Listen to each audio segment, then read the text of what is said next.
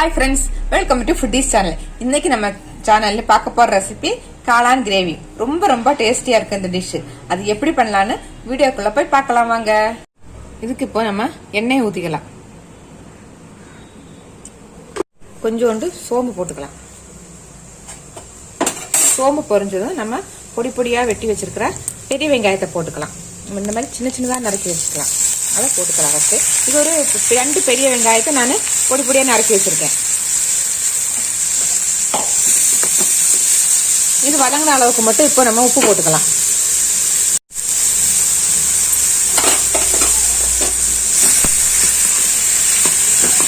கொஞ்சம் கருவேப்பிலை கூடவே போட்டுக்கலாம்.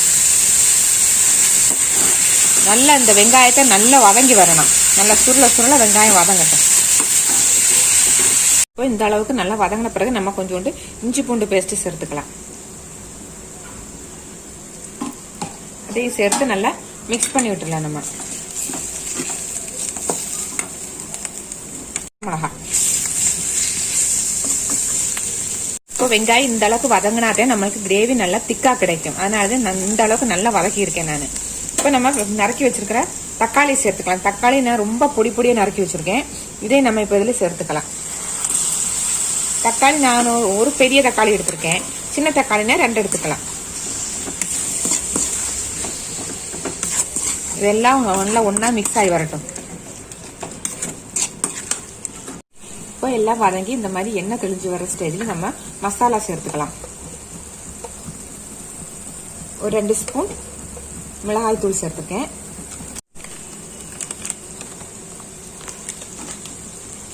மஞ்சத்தூள்,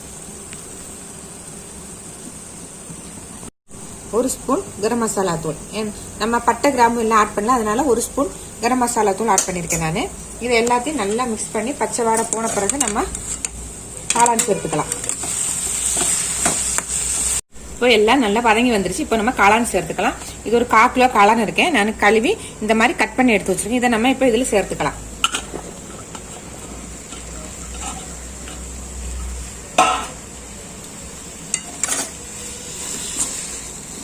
சேர்த்து நம்ம எல்லாத்தையும் நல்லா மிக்ஸ் பண்ணி விட்டுறலாம்.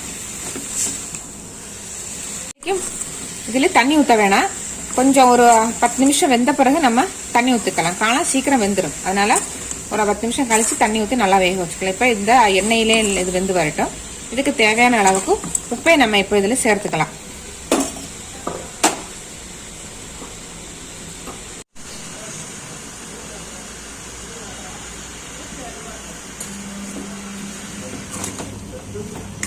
எல்லாத்தையும் போட்டு நல்லா மூடியை போட்டு மூடி வச்சுக்கலாம்.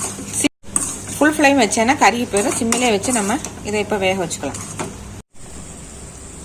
இப்போ நல்லா நம்ம தண்ணி ஊத்தாமலே நம்ம காளான் நல்லா வெந்து வந்துருச்சு. நான் சுத்தமா இந்த தண்ணியே ஊத்தல.